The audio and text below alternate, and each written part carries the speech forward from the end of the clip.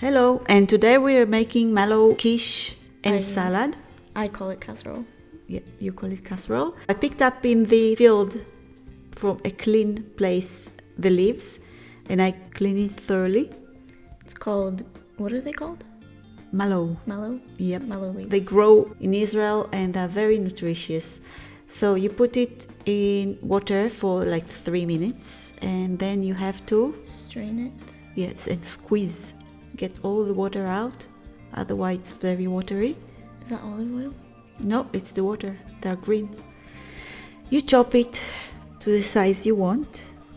Fry some onions and you cut it the way you want until it's golden.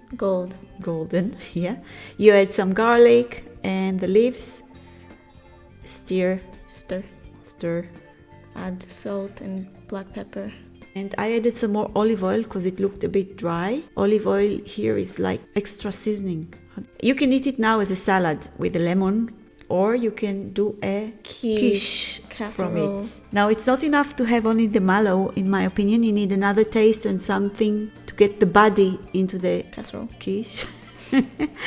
So I added sweet potatoes, 5 eggs, chopped onion, cheese, and what was that?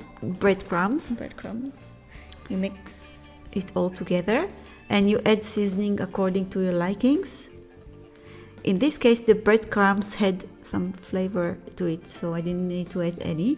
Now I added a bit of baking powder. Exactly. It makes it more fluffy and nice. Just put some air in. Oil the pan. Yep. Spread it evenly. If you want, you can add more than one type of cheese. Put it into the oven. 180 degrees for... Exactly. In this case 20 minutes because the sweet potatoes were already cooked. Now it looks like it's hard work to get it out of the pan, but this is because the pan was really hot. Wow, it was so yum. Thank you for watching. Bye. Bye. Bon appetit. Bon appetit.